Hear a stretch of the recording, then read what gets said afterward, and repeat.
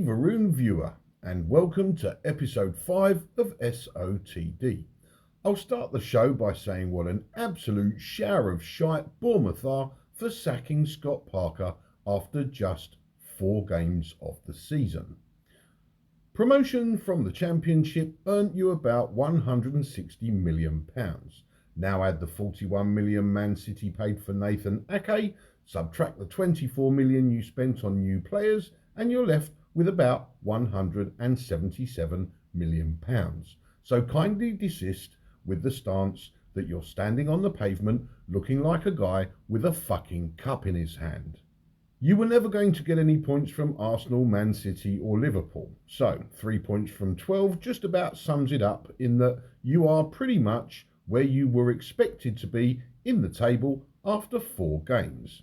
If you spend 77 million on players, you've still got 100 million in the bank, which means not buying players can only be seen as an issue of greed, which in the Premier League is utterly ridiculous, as Liverpool have won the Premier League and the Champions League, whereas under Scott Parker, you couldn't even beat Fulham after 38 games played. Liverpool were always going to beat you last weekend, but with some investment in defenders, attackers or both, that horrendous 9-0 scoreline might have been a respectable 4 or 5-1, and that is the point that you're clearly missing. And if you think for one moment that you can survive in the Premier League with a belief system that pulling together and believing in each other is all you need, enjoy spending that £177 million in the Championship League next season, as that is the only place that a delusional philosophy is going to take you.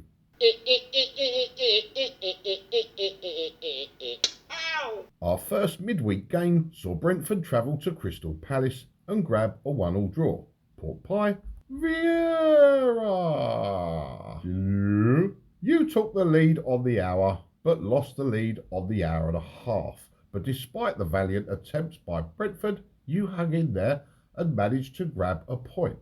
Are you happy with that result? But of course, 1 point is not as good as 3 points, but it is better than 0 points. And are you going to miss Wilfried Zaha when he joins Manchester United in a couple of days? No, I still have Sky Sports, so I see him in the same way that I still see Conor Gallagher. Moving on, Thomas Frank. You went 1-0 down, but grabbed one back and damn near got a winner. You must be proud of your players.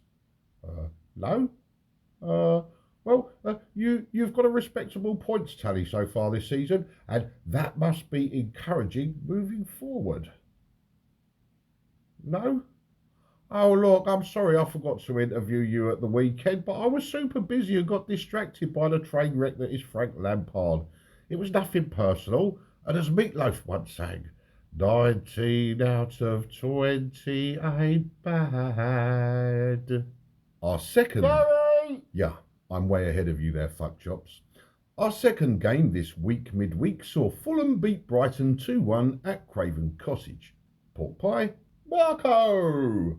Have you got over yourself from last weekend yet? Of course, man. Why you ask that? Thomas Frank's being a bit arsey. It's okay, man. This football, man. This thing of passion, you know? I guess so. But hey, you're back to winning ways. You have another scalp and 3 more points for your tally. So, onwards and upwards. Rodney Trotter, with a win, you could have gone top of the league, and not just 3 minutes of gameplay top of the league. You could have gone actual 24 hours top of the league. But you bottled it. Yeah, got to say I'm very disappointed with that result. History was in the making. Success was in me grasp. Rubbish. Getting near the upper echelons and bottling it shows character and is a certainty for European football next season. Really? Of course. But don't take my word for it. Go and ask Mikel Arteta. Southampton hosted Chelsea and... well, I never. Pork pie? Ralph.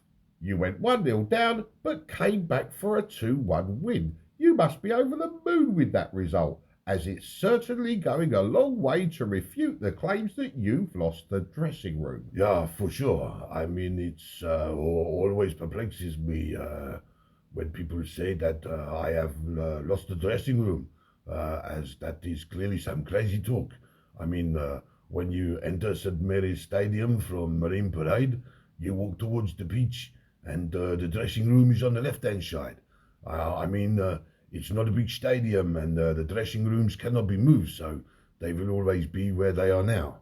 Very easy to locate. 2-2, 1-0, fucked it up. 200 million spaffed, can't beat Leeds or Southampton. Wagwan. Oh, you've definitely got my attention now, big boy. You come to me and want to talk spaff.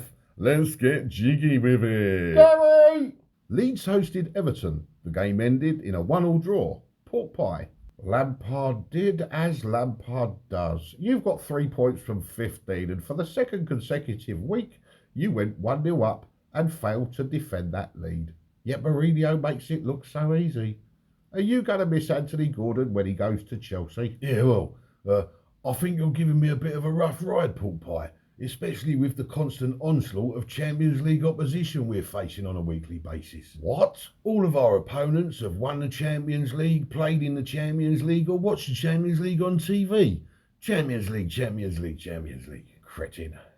Jesse, 1-0 down, earned a draw. What say you, buddy? We have a team that's growing right now. How so? Today we have 11 players. Next week, we'll try to play with 12 or 13. Oh, good Lord. But for sure, I'm seeing improvements. Because we're good with the ball, we're good against the ball. We're good with fries, salad, you name it, we're good with it. Yeehaw. Gary, Bournemouth host Wolves in about 14 hours, as it's currently 5:30 on Wednesday morning. But due to the magic of television, the game ended. Oh, the game just ended. Well, I don't know what you've come to me for. I do not entertain 0-0 draws on this show. But word of warning, the artwork for this show is not cheap. And having invested some hard-earned cheddar in the animation of Scotty Parker, I am very, very angry that I only got 4 games for my money. So don't be surprised if Bournemouth doesn't feature on this show quite as much as a direct consequence of him being sacked. I mean, Lampard is drawn but not coloured in for a reason. Gareth. Now that's random. I did not know I had an ability to predict the outcome of a game 14 hours before the game kicked off. Manchester City hosted Nottingham Forest and beat them 6-0. Pork pie? Can we not just give City the title now and focus on ripping into the other 19 clubs for the rest of the season? I mean, Arsenal are currently the league leaders, but we all know that won't last, as they've not played any decent teams yet and they haven't had any injuries yet.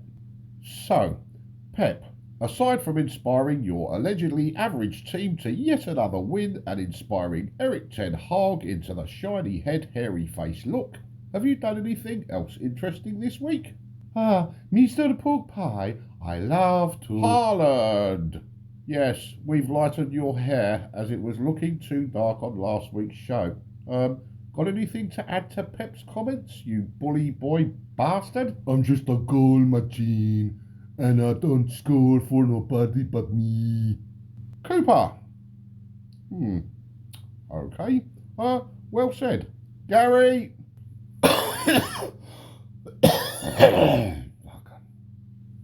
Great, I think I have a cold. Arsenal hosted Aston Villa and, not surprisingly, beat them 2-1. Pork pie. Arteta! 5 wins from 5 easy games. Now then, Manchester United aren't always Manchester United. It depends on their lineup, their shirt colour, and the global location of your lucky mascot troops. So, has he gone back to Barstool Sports in New York yet? No, he has not. So it's going to be 6 wins from 6 this weekend then.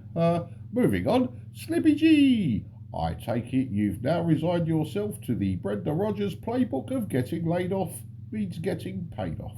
Yeah, I suppose so. So, can the Villa fans expect any sort of performance between now and the inevitable? No. Gary. Next up is the never a dull moment derby as West Ham hosted the mighty Spurs, who weren't actually that mighty for some reason. Pork pie. Boise! 4 points on the board and only 4 points behind Liverpool. We scored a goal. Should have scored a lot more. We stopped them from scoring too many goals, and those pictures I have of the VAR officials and those loose donkeys from Blackpool Beach did pay off in the end. We did not win our World Cup final tonight, but then we did not lose it either. I'm starting to worry about you, pal. Can we not get interviewed by someone else at the weekend? Oh, love the Moisey. Come on, you Irons. Ha! Conte, 1-0, and you fucked it up. And we were only playing with you last night because we scored both goals. So technically, all 3 points should be ours. Like most clubs, we only up our game when we face a big opposition. So it is you who were lucky. Oh, you dirty motherfucker! Goal line technology! Haha! Moving on. Our final game of this week, midweek, saw... What do you mean Leicester are hosting Manchester United at 8 p.m. tonight? No, I cannot and will not take any more time off work than I absolutely have to. Liverpool hosted Newcastle United and beat them 2-1. I'll deal with Leicester and Man United afterwards. Pork pie. Jurgen Klopp.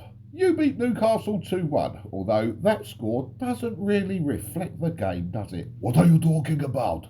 The ref blew his whistle. The game had ended. The score is there for everybody to see. Well, I suppose technically it's still Liverpool versus Newcastle. Anyhow, realistically, were you expecting a win? Nah. Okay, Gary. I'm not taking any time off from work tomorrow, so I'll do tonight's game between Leicester and Manchester United right fucking now. And if I call it wrong, I'll eat pedigree chum dog food on Jacob's cream crackers as a forfeit on next week's or this weekend's show, episode 6. Leicester City hosted Manchester United and got arse raped because they're currently crap and don't want to play for a manager who does not want to manage. Manchester United won the game 3-1, and me eating dog food on crackers is subject to the game ending in any other way than a win for Manchester United. So don't start bleating if United win, but the final score is not 3-1. Okay? 9 Haag, are you happy with your win? Nibby dibby dibby dibby dibby dib 3 points. Very good. Brenda Doubtfire, you totally suck and should walk out before you get thrown out. Okay, laddie. Okay then you? Jimmy? So there you have it. FIFA can take the piss out of you, but they ain't taking the piss out of me. And a memo to the arse monkeys at the Premier League, when FIFA said Winter World Cup, you should have stood up, been counted, grown a pair and told them to go fuck themselves. Because if they can get away with one Winter World Cup, they now have carte blanche to have more Winter World Cups. Until the weekend, go away. Hello there. Is that Praj down at Cost Cutter?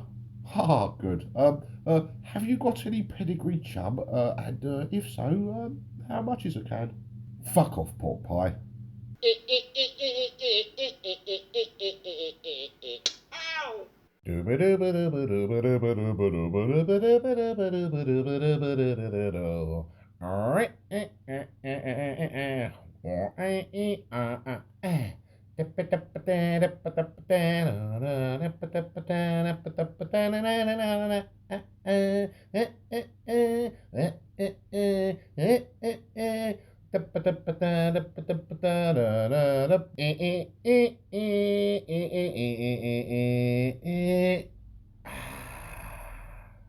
Harry Maguire!